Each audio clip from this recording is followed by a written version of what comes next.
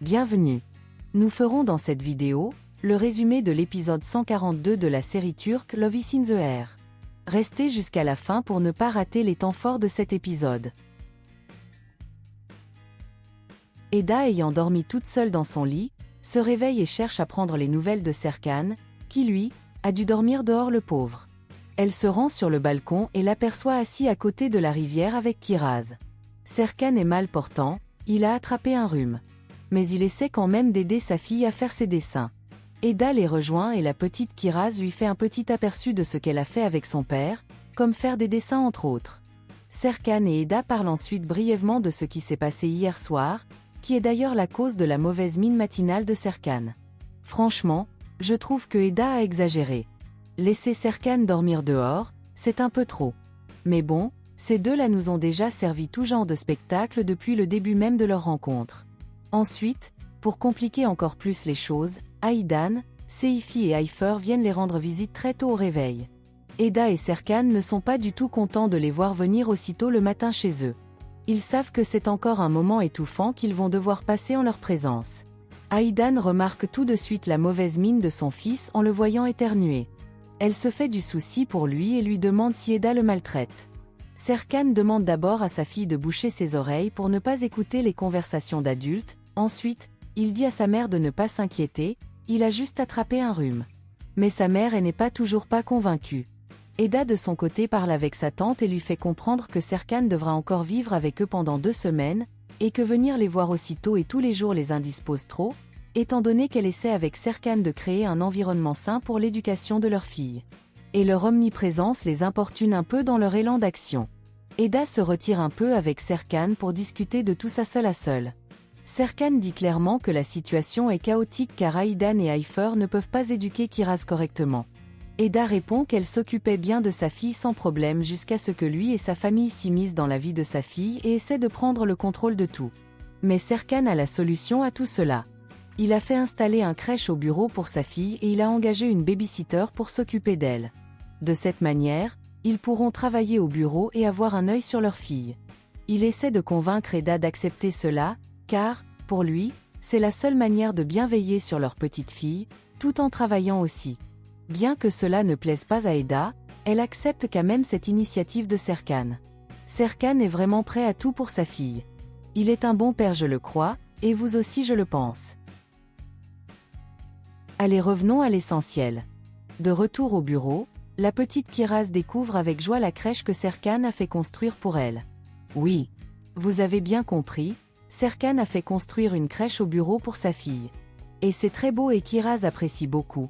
En plus, elle ne sera pas seule, elle pourra s'amuser avec le fils de Piril, et ils sont joyeux de le savoir.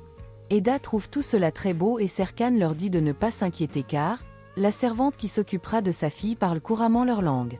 Ensuite, Erdem entre dans la crèche. Et d'un air moqueur, il dit qu'il trouve cela horrible qu'on ait transformé un cabinet d'architecte aussi réputé en un jardin d'enfants. Cette déclaration de Erdem ne plaît guère à Serkan. C'est quand même osé de la part de Erdem de s'adresser ainsi à son patron. Et Serkan va donc lui montrer que c'est lui le patron. D'un air très autoritaire, il demande à Erdem de ne jamais s'approcher d'un cheveu de sa fille sinon il va le regretter. Erdem est pris de peur face à la fureur de Serkan. Il a la trouille et il s'enfuit. Voyons ce qui se passe du côté de Aydan et Kemal. Assis dans un espace aménagé au bord de la plage, ils se parlent du bon vieux temps. Kemal montre à Aydan une ancienne photo d'eux de jeunesse. Aydan est très émue et surprise de revoir cette photo ancienne, et cela réveille en elle beaucoup d'émotions. Kemal l'explique qu'il était très heureux ensemble à cette époque-là. Cela rappelle aussi à Aydan que son mariage avec Monsieur Sommer était une grave erreur car, c'est avec Kemal qu'elle se sentait bien et qu'elle vivait le vrai amour, et elle se rappelle avoir été confuse au moment de faire son choix. Du côté de Ismail, il est un peu perdu à son arrivée au bureau. Pina le perçoit et l'accueille pour le diriger. Il explique à Pina que c'est Eda qui l'a demandé de venir travailler à l'entreprise. C'est sa première fois et il est un peu confus. Pina lui dit de ne pas s'inquiéter car tout est déjà organisé avec l'équipe, et il n'a plus qu'à les rejoindre pour travailler. Après cela, Ismail se rend dans le bureau de Eda et se plaint. Il dit qu'il ne se comprend avec aucun collègue, leur manière de travailler est différente, tout va vite et il craint ne pas être à la hauteur des attentes. Eda lui dit de se calmer et de prendre le temps de s'adapter. Mais Ismaïl est tellement pessimiste et doute de ses capacités d'être à la hauteur.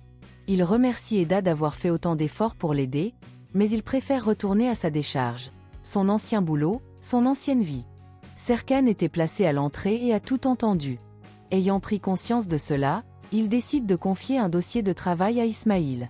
Il lui demande d'analyser le projet et de faire ses suggestions et de lui faire un rapport dessus demain matin. Il lui donne également les clés de la maison et met à sa disposition un chauffeur pour qu'il n'ait pas du mal à se déplacer. En voilà donc une affaire qui va redonner confiance à Ismaïl. Melo aperçoit Burak et l'interpelle pour avoir une conversation sérieuse avec lui. Mais ce dernier refuse. Il dit avoir beaucoup de travail à faire au magasin avec les autres employés. Melo insiste et finit par le convaincre et il s'assoit pour écouter ce qu'elle veut dire. Melo est très amoureuse de lui. Alors elle lui évoque leur précédente soirée passée à la plage, au cours de laquelle ils s'étaient embrassés.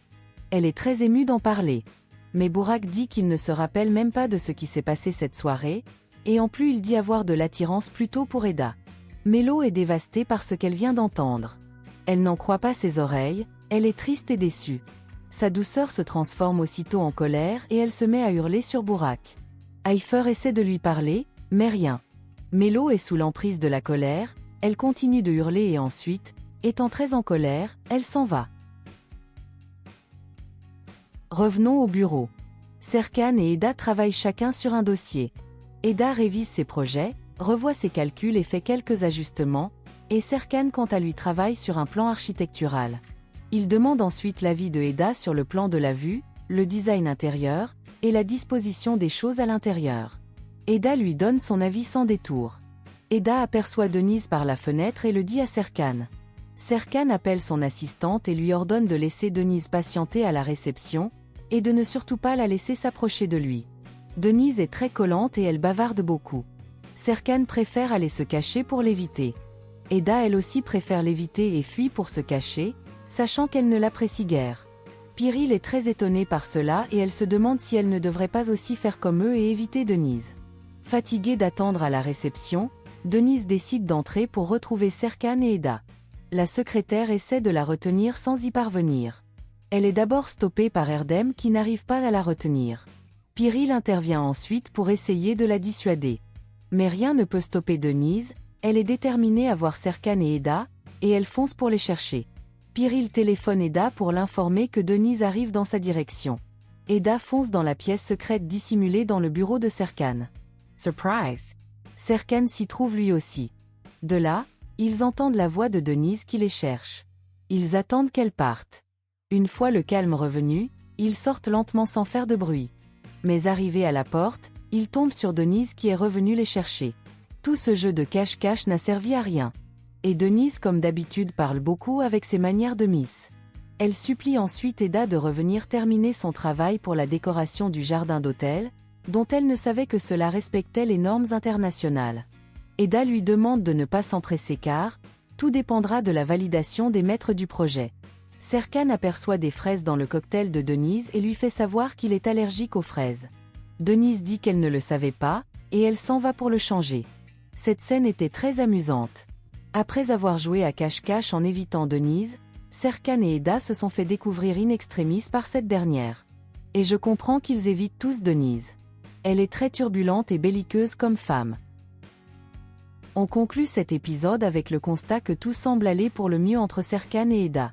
Ils essaient ensemble de s'entendre et mettent tout sur pied pour garantir à leur fille une bonne éducation.